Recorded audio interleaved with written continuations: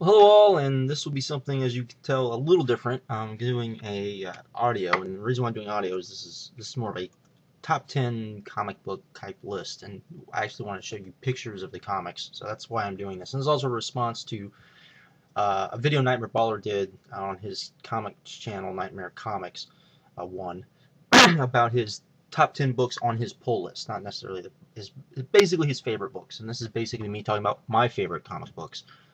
People have asked me about this before, so I talked about comics a couple other times. People have been kind of like, what are my favorite comics? So I figured I would come on here and kind of give this. So these are the ones I actually read, the ones that are actually on my pull list, and the place where I go to get my comics. Um, they kind of laugh at me because the stuff that's on my pull list, maybe people will have one of these on their pull list. They don't have all of these on their pull list.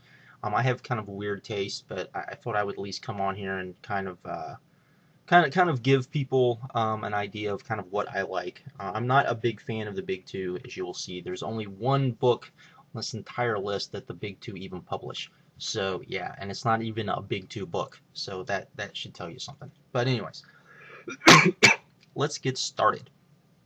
Before I get started, there's three books that would probably be on this list if it wasn't for two of them because they're just not there's not any books of their type out there, which is Astro City. First one's Astro City. Not any current Astro Cities books on there, and I wanted to include current books.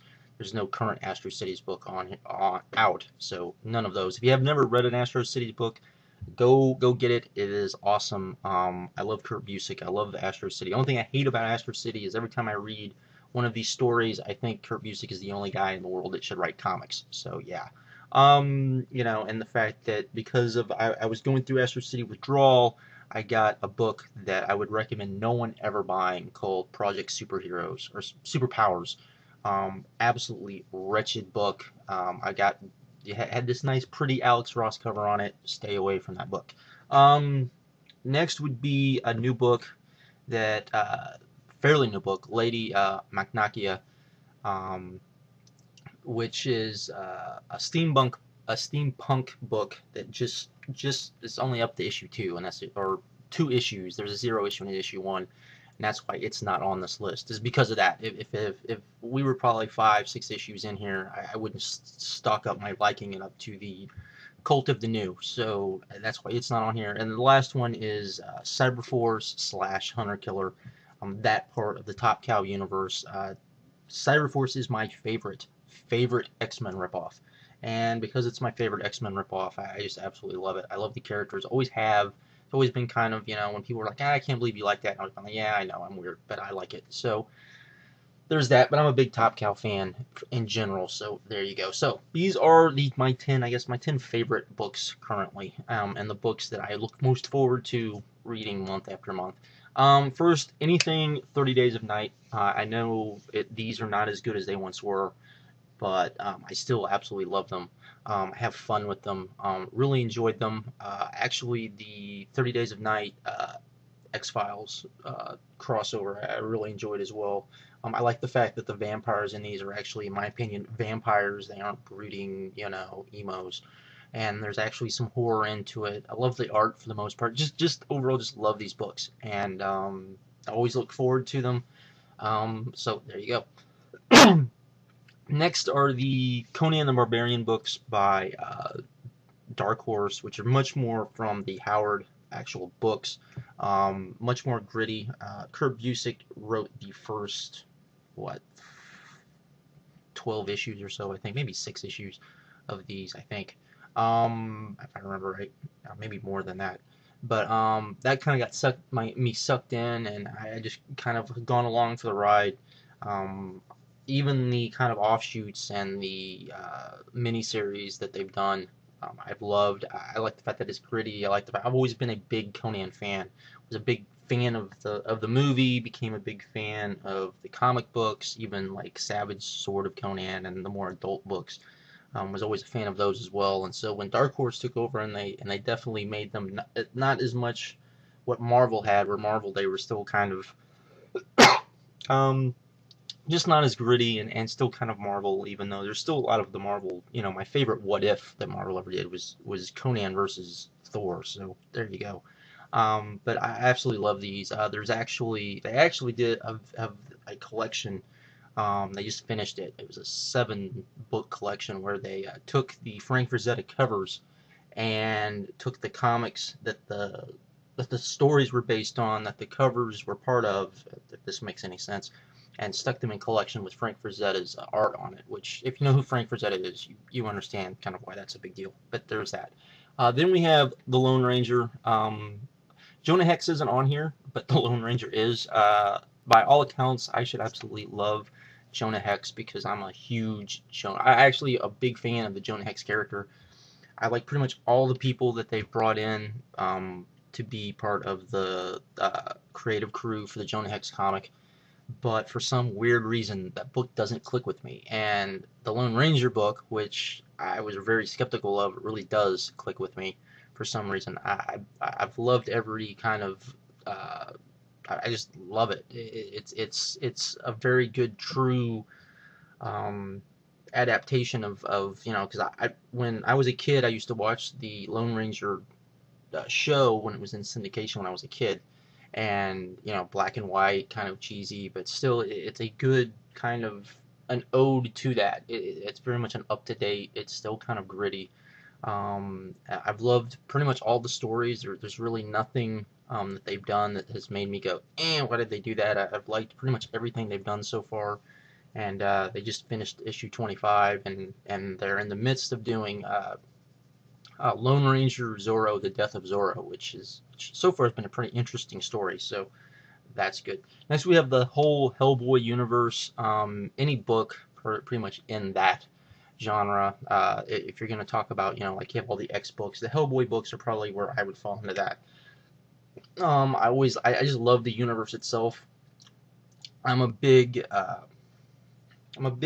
Lovecraftian fan. I love most things H.P. Lovecraft, and the fact that this is kind of has a lot of Lovecraft-esque stuff to it, and always has the Hellboy stories. Just I've always loved it, so that's why I love those books. Then you have Witchblade, which is a book that I know not a lot of people read, and I think is a very underrated book right now. I think Ron Mars really has turned this book around, as have a lot of the artists they brought in. There's still a lot of good art in Witchblade, which Witchblade always, for a long time, had good art. They just didn't have good stories, and now they have really good stories. And they've really turned the book around, I thought, and absolutely love it. Really digging most of the Top Cow books right now. Just I think there's 2 on here, and I could probably put more on here if I really wanted to. But Witchblade right now is really good. Again, another book I would recommend to just about anybody. I know not a lot of people read it. I know a lot of people have kind of misconceptions of what Witchblade is, but if you haven't read Witchblade, I'd say in the last 4 years, definitely pick it up and check it out because it's really, really good right now. So there's that. Then there's Ruse, which is a fairly new book, and the reason why I put on this is because this is a kind of a redo of an older book. Ruse is Marvel's CrossGen's imprint of the Ruse book that was out before. CrossGen was a comic book company back late 90s, and was really good, late 90s, early 2000s, and it was really good company. I was a big fan. They had probably maybe 15 books I can think of at the top of my head, I think, that of their main universe at the time, and I read all but 3 of those. Absolutely loved it. Ruse was my favorite when I heard Marvel was going to redo Ruse when they relaunched CrossGen, because Disney owned the CrossGen stuff, so they're letting Marvel do some of it. I didn't put Sigil on here because I'm not a real big fan of Sigil at the moment. Still think it's good, but I'm not a big fan of it. But Ruse, done by Mark Waid, really good stuff. Absolutely love it. It's very Sherlock Holmes-esque and a lot of fun. And we're 2 issues into it, and I feel like it's just like what it was before, and I'm absolutely loving this. Then we have The Green Hornet Year 1, a book that very few people read, and that's unfortunate because I think this is maybe the most underrated book currently out there, period, in my opinion. I love this book. I got into Green Hornet through the Kevin Smith Green Hornet, and I told myself I would read through just the Kevin Smith Green Hornet because I usually like Kevin Smith's books, and through that I'm also a big Matt Wagner fan, and he's the one writing this, and I'm not I don't even like Batman Year One, so the fact that I love this book so much really says a lot. I love the art in it. It's very Art Deco. It's very what you would expect Green Hornet Year One to be. I mean, I just absolutely love it. I think it's just absolutely just what to me. I'm like, wow. Maybe this is why other people like Year One books, because this is the first one I've really actually just loved. So there we go. Then you have Artifacts, and what Artifacts is kind of ties in with Witchblade. It is Top Cow's big event. It's 13 issues. They're currently on issue 7. I believe the first trade just came out, which I would recommend everybody getting if you like events. And the thing is, or if you're scared of events because you feel like you have to know all the backstory, Top Cow did an absolutely wonderful job.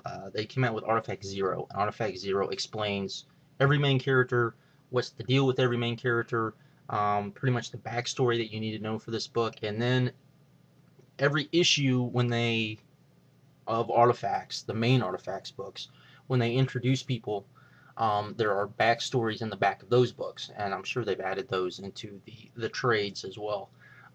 Really good stuff, really good story. I won't ruin it for those of you that haven't read it, because just talking about it kind of spoils a lot of stuff. But definitely pick it up. To me, this is what an event book should be. Like I said, it's 13 issues. They're on issue 7 right now, and I'm loving it more and more and more as it goes on. Just lots of good twists, lots of good action in every book. Just really, really good stuff. Written by Ron Mars, and he's doing an excellent job with the Top Cow stuff. Then finally, we have a book that most people probably know about, and then its companion book. Yes, I've added 2 books because I think you have to include them together, and that is Irredeemable and Incorruptible. Most people know Irredeemable. If you don't know what Irredeemable is an awesome book. It's basically a Superman-esque character who goes insane, and pretty much destroys pretty much all the world, or not all the world, but wreaks havoc throughout the world. And he's so powerful that even like the Justice League or Avengers type characters can't stop him, and they're just powerless to do anything about it. And it's kind of his story from him going insane, and kind of his story, and the heroes trying to stop him, and lots of twists and turns. This book just gets better and better and better and better. They just got done with issue 27 or 25, and just amazing stuff. Keeps you guessing. The twists and turns don't come out of left field. Everything seems to make sense. Everything seems to have a reason, which is good. Just really good stuff. And then Incorruptible, which is kind of the flip side, where Irredeemable is a very dark book. Incorruptible is a little bit more lighthearted. Basically, it's about a supervillain who's trying to go good and trying to help rebuild the world after the main character in Irredeemable has pretty much wreaked havoc upon it. And kind of his journey of trying to, in some ways funny, it is kind of funny, of him trying to make good, and trying to help the world kind of rebuild and be a good guy for a change, which has its funny moments. And I include these books together because it's very evident at some point these 2 books are going to cross, and that they're very much intertwined, and that they're kind of the same story, same type of story, just 2 sides of the same coin, and very good stuff, and I absolutely love it. But those are my top 10 books that I enjoy currently. Probably will change in another 3 months, because Cryptogenesis will be out, as will a couple other books I'm looking really forward to, and I'll probably get some other books that'll knock some of these others off. But right now, as I'm reading, these are the books that I enjoy. So there we go. With that, I'm out. Have a good one. Later.